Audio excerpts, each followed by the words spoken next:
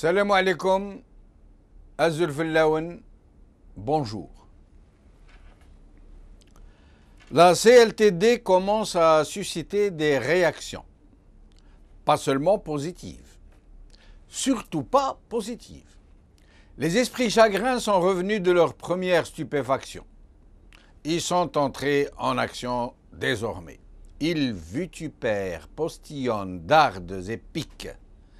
Dressés sur leurs ergots compensés, ils caquettent et crachotent. Ils béguettent dans leurs barbichettes ou coquelinent en secouant la crête. Les uns, ceux qui ne voient que d'un œil, celui qui est tourné vers l'Occident clinquant, poussent des cris d'orfraie. Ils ont le moral en berne. Ils accusent les démocrates d'avoir trahi la cause du grand zérodicator et de s'être accoquinés avec de dangereux intégristes. Depuis l'autre trottoir, les autres, ceux qui n'entendent que d'une oreille, celles connectées au wahhabisme de chambre, lancent des imprécations contre les islamistes qui ont trahi la cause du grand salafitor et d'avoir vendu leur âme aux mécréants laïcs. D'autres sont fâchés de ne pas avoir été conviés à une initiative dont ils ne pensaient pas qu'elle puisse ainsi accéder avec une telle facilité à un statut d'événement historique majeur. En fait, ce sont eux qui traînaient un peu les pieds parce qu'ils ne s'embarquent généralement que dans le juteux, dans les affaires de bon rapport. Mais aujourd'hui qu'ils se rendent compte d'avoir raté un train, ils ruent dans les brancards et tirent à boulet rouge sur un acte politique qui a pris le chemin de l'inéluctable changement sans les attendre.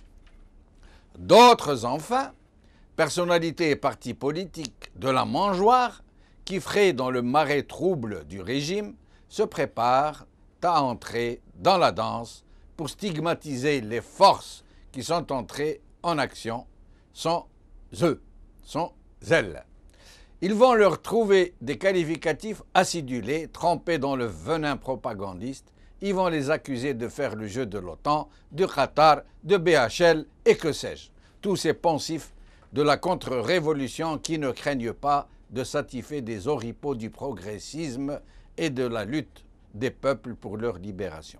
Des loups qui crient au loup, ou des naïfs qui gobent tout ce qu'on leur fait ingurgiter et qui accusent les autres de naïveté, dans le meilleur des cas. Tout ce beau monde pousse donc la chansonnette grinçante du patriotisme, montable, démontable, réglable et jetable, mais surtout incroyable, monnayable et payable, cash en dessous de table. Même ceux qui ne sont animés que de bonnes intentions et qui croient être dans le vrai, en dénonçant ce qu'ils disent être une manœuvre du régime pour détourner l'attention, ne parviennent pas à prendre de la distance et à envisager la situation d'un regard qui ne passe pas forcément par leur propre ego.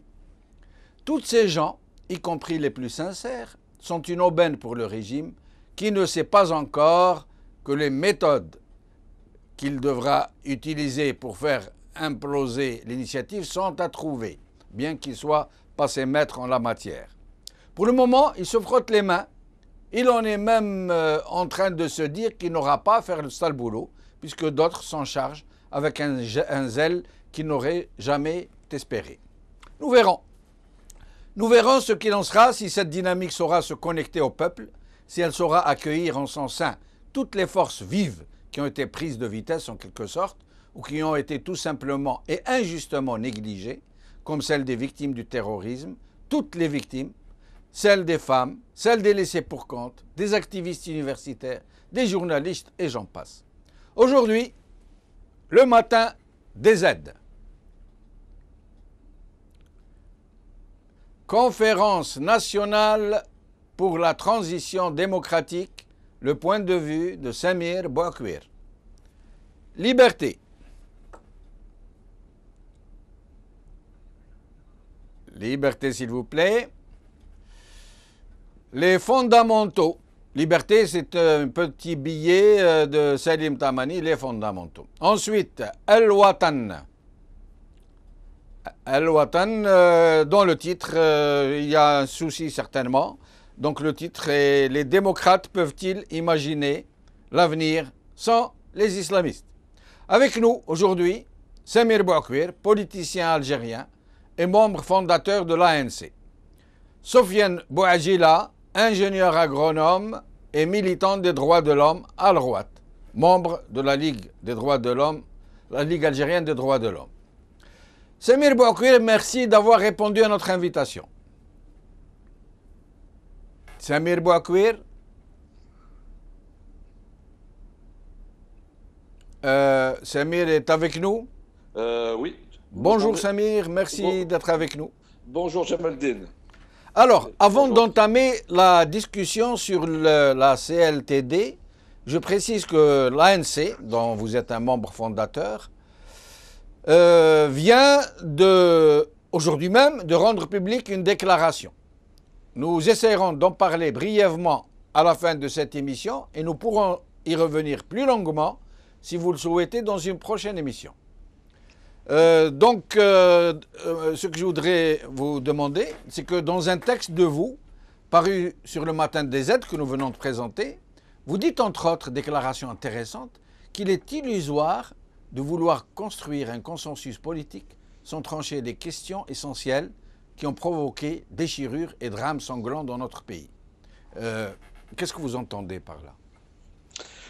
Oui, alors en vous écoutant dans votre introduction, je me posais la question intimement dans quelle case j'allais être rangé, et ainsi que l'ANC. Rassurez-vous, l'ANC, je crois, est pour tout le monde une force composée de gens autrement plus responsables que ceux que j'ai décrits dans mon introduction. Merci en tout cas. Ce que je disais est la chose très simple. Alors, en ce qui concerne la rencontre qui a eu lieu le 10 juin, en ce qui me concerne, mais c'est le point de vue également de l'ANC, c'est que par principe, nous sommes favorables à tout ce qui peut rassembler les Algériens, à tout ce qui peut briser les murs que le régime a construit depuis des années pour empêcher les Algériens de communiquer entre eux, d'échanger entre eux et d'essayer de mettre en place des passerelles politiques et idéologiques qui sont à la base de toute nation moderne, de toute société moderne, qui aspire à construire un état de droit. Donc de ce point de vue-là, le fait de voir des... je vais mettre des guillemets, hein, parce que il faut relativiser un petit peu les notions. Hein. Qu'on retrouve des islamistes, des démocrates, disons des adversaires d'hier, des gens qui ne pouvaient pas se rencontrer, se réunir, etc., est en soi quelque chose que je salue et que l'ANC a salué. Maintenant, sur le plan de la forme, à l'évidence, oui, il y a eu des accolades mémorables. Il y a eu donc des embrassades, des échanges de bons mots, des regards un peu moins agressifs, etc. Seulement, nous, en ce qui nous concerne, je dis qu'on ne peut pas, 20 ans ou 25 ans après le coup d'État de janvier 92, qui a plongé le pays dans la crise que nous vivons. Oui. On ne peut pas, 20 ans ou 25 ans après, je ne sais plus combien, continuer à ignorer les questions de fond. Et qui sont, Au sein de l'ANC, nous avons été très loin. Alors, vous savez que l'ANC regroupe des gens qui sont classés comme étant démocrates. Hein, oui, et des islamistes, des anciens du fils. Oui. Voilà. Alors, je rappelle que le terme islamiste, c'est un terme qui a été inventé par un islamologue français qui s'appelle Gilles Kepel. Hein. Oui. Très souvent que pour désigner des réalités, nos réalités, ce sont essentiellement des intellectuels étrangers qui désignent les réalités, qui définissent les concepts pour nous. Nous sommes incapables de définir des concepts pour nous-mêmes. Vous m'en direz tant. Vous m'en direz tant. Je ne savais pas. Franchement, vous me l'apprenez. Voilà, donc je referme la parenthèse, mais je pense que c'est un débat qu'il faut avoir aussi. Nous l'avons au sein de l'ANC, hein. La question des rapports de l'islam et de la démocratie, la question les rapports entre la religion et l'État. Et vous avez vu que dans la charte que nous avons publiée, nous avons été plus loin, très loin. Nous avons dit qu'il faut séparer, en quelque sorte. Oui, j'y viendrai. Mais sinon, dites-nous ce que vous pensez des faiblesses de cette initiative. Quelles sont-elles selon vous, de façon claire, concise, puisque vous savez que notre émission est très courte, très dynamique. Alors, j'ai cité un des points, justement, les questions de fond. Ça, c'est une problématique de fond. Deuxième problématique de fond, la question de l'armée et des services de renseignement. Sur cette question-là, il faut également être très clair, poser la problématique de manière très claire, comme nous le faisons au sein de l'ANC.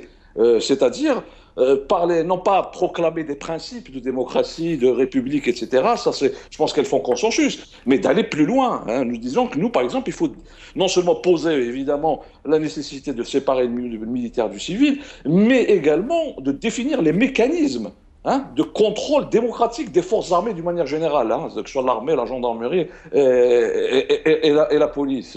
Mais ils en sont à leur premier balbutiement. Ils ne peuvent pas tout mettre dès le premier jour dans le paquet. Ils vont peut-être le mettre en marchant. Nous espérons que ça se fera. De toute façon, nous avons décidé de transmettre notre charte. Peut-être qu'elle peut les inspirer. Ça serait très bien. Mais bien sûr que nous les encourageons à aller dans ce sens. Parce que dans le cas contraire, évidemment, on aura assisté à quoi? On aura assisté à, disons, à une juxtaposition de discours, de personnes qui sont là pour promouvoir leur propre chapelle politique. Voilà. Donc, je pense que, en ce qui nous concerne, ce qui déterminera notre positionnement, si on peut parler ainsi, ce sont ces questions-là. Je peux en citer évidemment d'autres. La question de l'identité. Je peux citer la question de l'ensemble nord-africain. Je crois que 25 ans après le coup d'État, je pense qu'il est temps aujourd'hui de répondre aux préoccupations des Algériens, de ne pas simplement poser des grands principes, mais de dire nous sommes capables d'aller véritablement vers un consensus, construire un consensus. Il y a un consensus politique se construit aussi. Pourquoi, Samir Bouakwir, pourquoi ne pas envisager de rejoindre cette initiative qui en fait n'appartient à personne, qui n'est parrainée par personne, c'est une rencontre. Pourquoi ne pas à votre tour aller à la rencontre des autres et dire ce que vous êtes en train de dire? Il n'y a aucun souci, nous avons transmis, si nous avions reçu une invitation, nous aurait été dire, nous aurions sûrement délégué quelqu'un qui aurait été donné la position de l'ANC. Bon, nous n'avons pas été conviés à l'évidence parce que parmi nous, il y a des mouvements qui ne sont pas reconnus légalement. Le fils non plus. Non seulement il n'est pas reconnu, mais il est interdit. Et il y a eu des gens qui sont allés au nom du fils, non pas en leur nom propre. Donc il n'y a pas en principe de... à partir du moment où eux n'ont pas pensé à vous y inviter, ce qui est un tort, je présume, et je le pense. De votre côté, pourquoi ne vous y invitez-vous pas, puisque c'est une initiative qui appartient à tous les Algériens? Alors, c'est une initiative qui a été initiée par une coordination de partis politiques. Cette coordination qui a organisé la rencontre. C'est cette coordination qui a invité, qui a, disons, défini un mode d'organisation, qui a distribué la parole. La moindre des choses, ça aurait été les autres forces et les autres personnalités ont bel et bien reçu une invitation. Nous disons, on ne va pas focaliser sur cela, c'est pas ça le plus important. J'ai dit que toute initiative qui permet aux Algériens de se rencontrer est à saluer. Je dis tout simplement qu'il faut aller plus loin. Ça veut dire que vous ne fermez voilà. pas la porte, que vous êtes disposé éventuellement à rejoindre cette initiative, pour parler de façon claire. Moi, je pars du principe que tout ce qui monte converge. Nous avons notre propre initiative, qui est l'ANC. Donc, si les choses vont dans le bon sens, je pense que forcément, à un moment donné, nous nous rencontrerons. Et j'espère que nous nous rencontrerons sur le terrain des luttes. Parce qu'il ne faut pas oublier que le principal acteur du changement, ce ne sont pas les appareils, ce n'est pas le pouvoir, ce sont les populations. Donc, ce qui est important aujourd'hui, c'est qu'il ne peut pas y avoir, de notre point de vue, de mon point de vue, un changement sans l'application des Algériens. Je pense que ça a été un petit peu le grand absent de cette rencontre. Restez avec nous, Samir Bouakouir. Nous allons recevoir Sofiane Benagila, ou Sofiane Bouagila, je crois. Bouagila.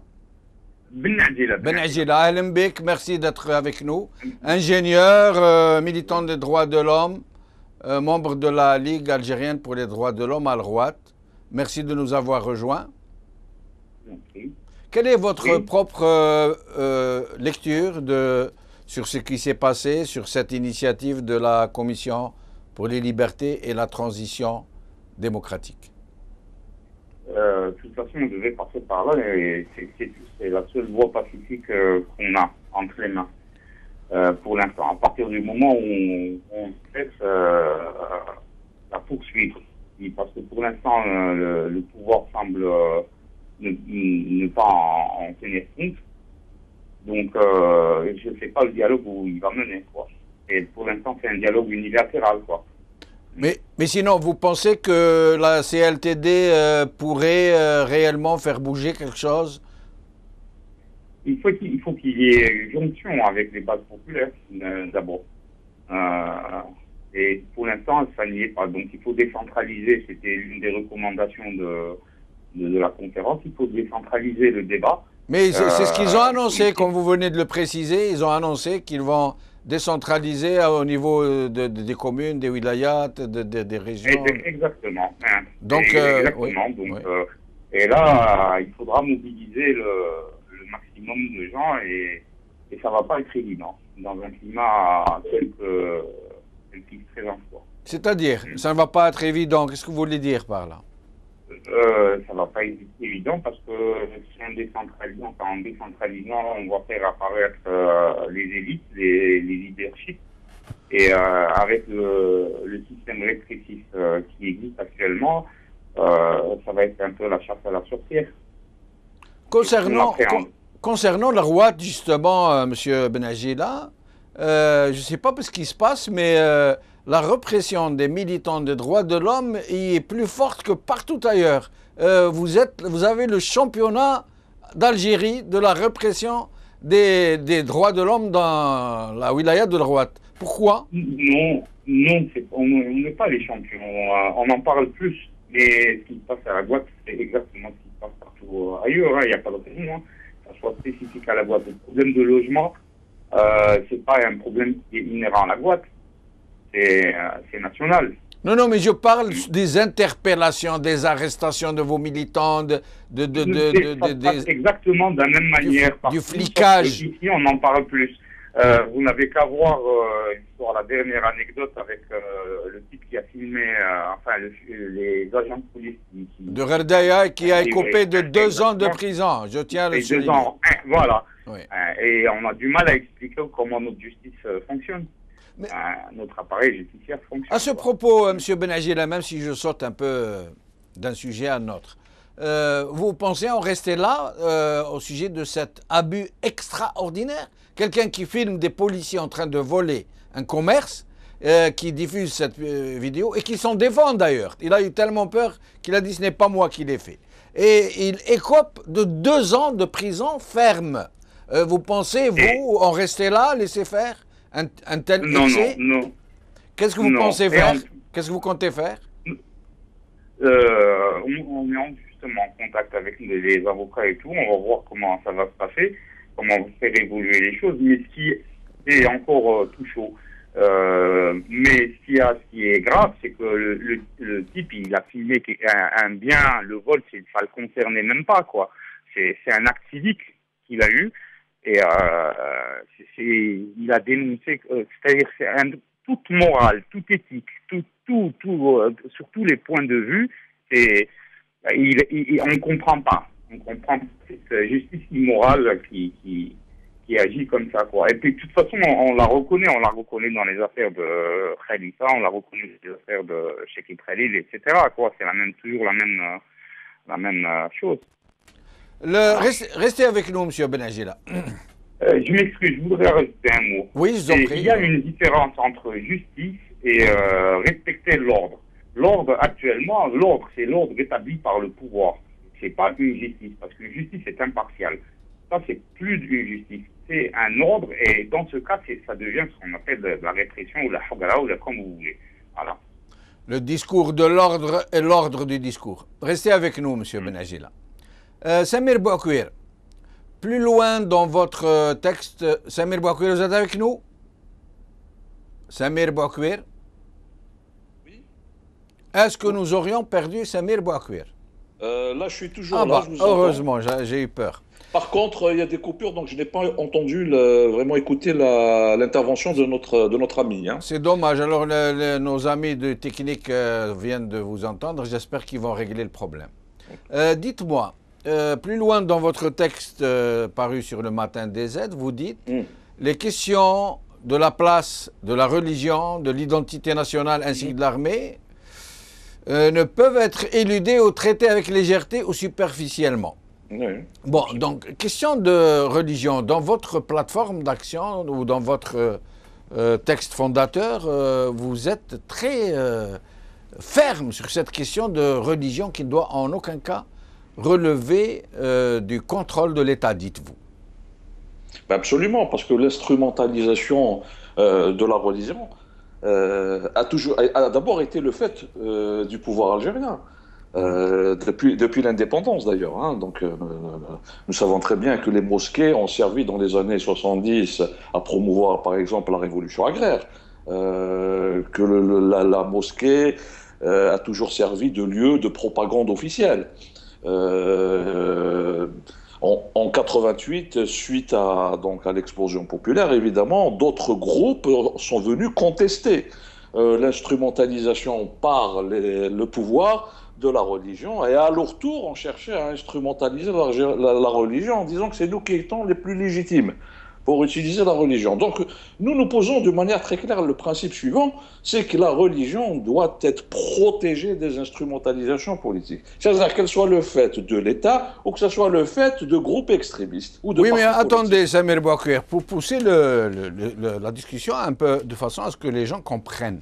Lorsque vous dites qu'il faut mettre la religion à l'abri donc de ses influences, d'où qu'elles viennent, est-ce qu'il est question de séparer carrément l'État de la religion, c'est-à-dire la laïcisation, la sécularisation. Ou est-ce que c'est laisser l'article 2 de la Constitution qui dit la Constitution et la religion de l'État, sans pour cela qu'il puisse y avoir une influence quelle qu'elle soit?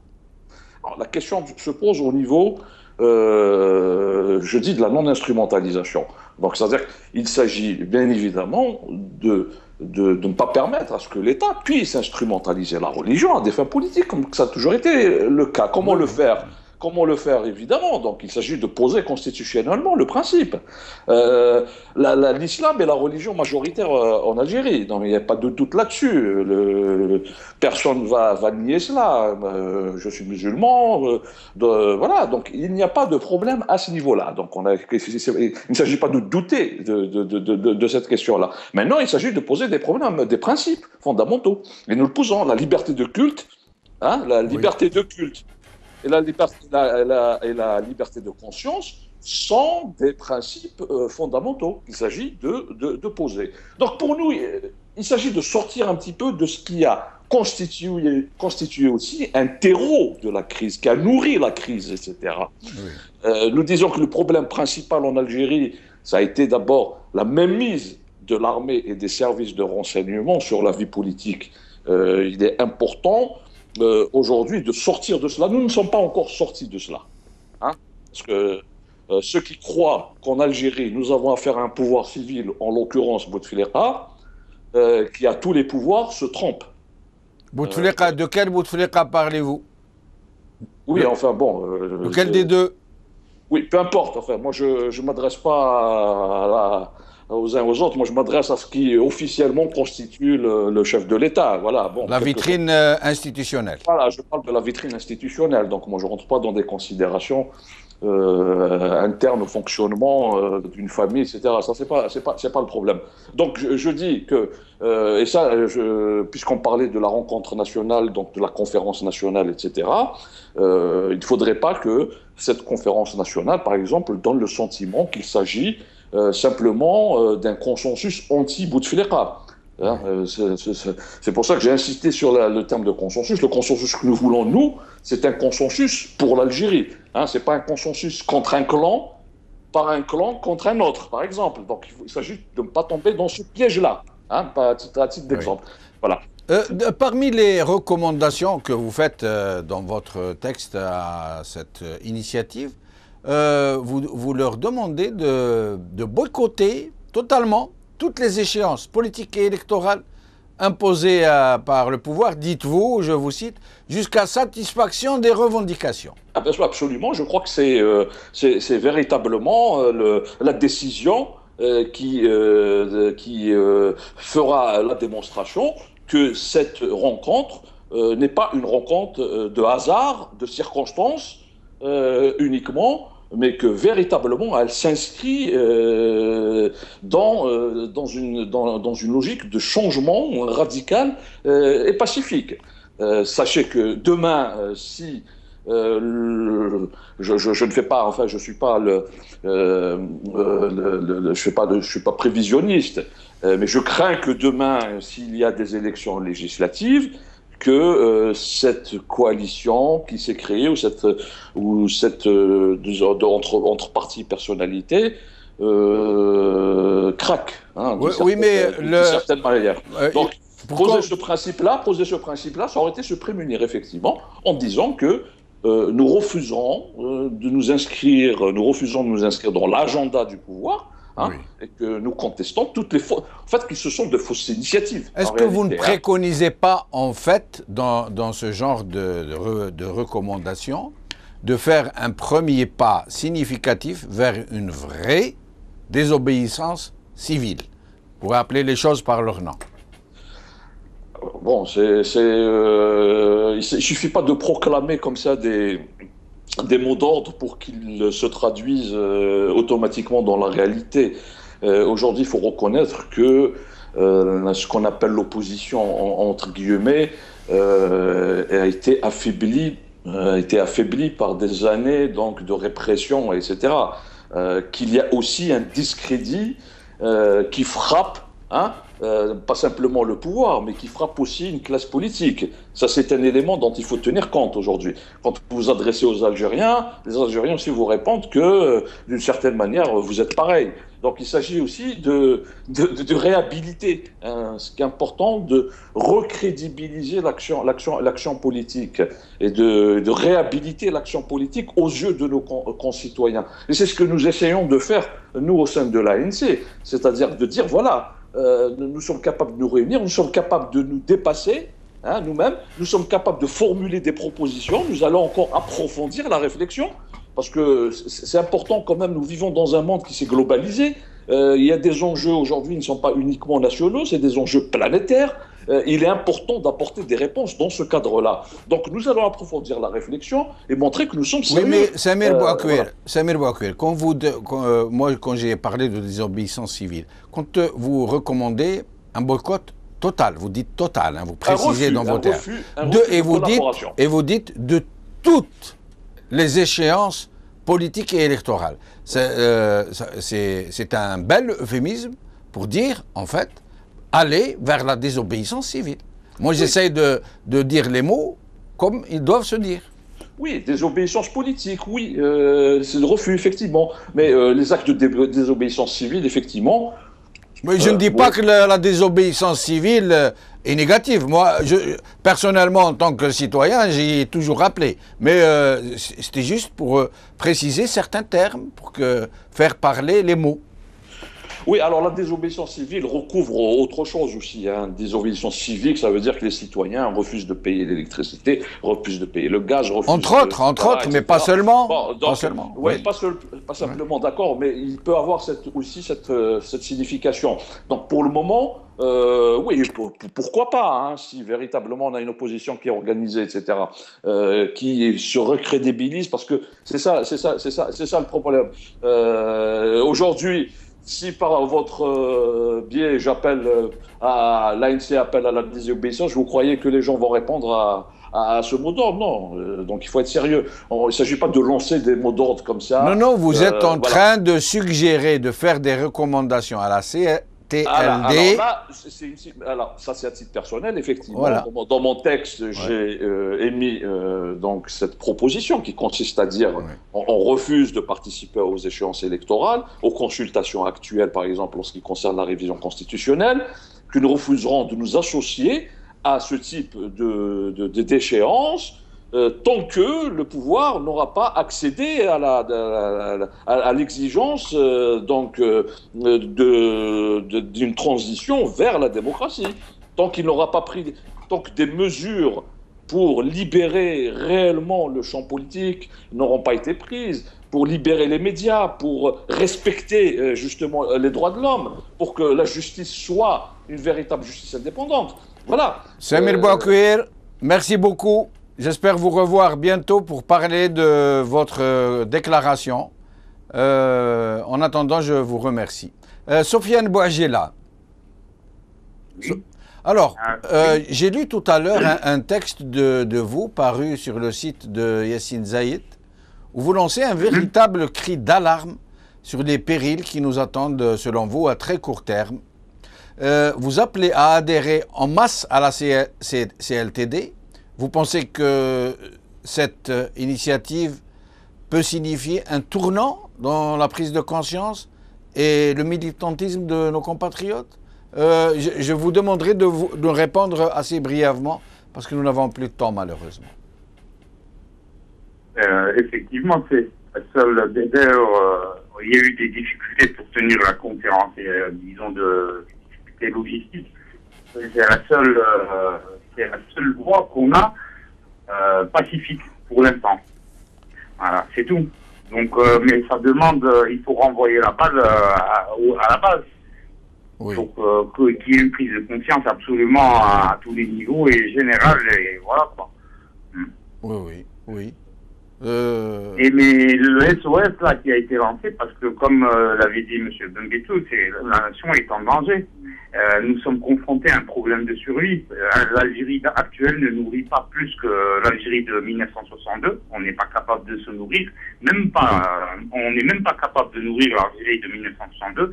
Et sans hydrocarbures, c'est pire que la famine, comme on va se retrouver là. Et vu la pression de la consommation interne et tout, qui est absolument vertigineuse avec une croissance de 12%, on va arriver à la panne énergétique très bientôt, etc., etc. Les réserves d'hydrocarbures qui chutent, etc., quoi. Et pour l'instant, le plus grave, c'est que on le voit, ça s'est accéléré après dans le 4e mandat. Tous les projets qui ont été lancés, en fait, gérés par la corruption et tout. Et il n'y a rien qui est investi dans le développement humain, dans le capital humain, dans la formation, etc., etc. Voilà. Merci, Sofiane Benajela. Sur ce, notre émission est terminée. Je vous dis à demain. Salam alaikum. Bonne journée.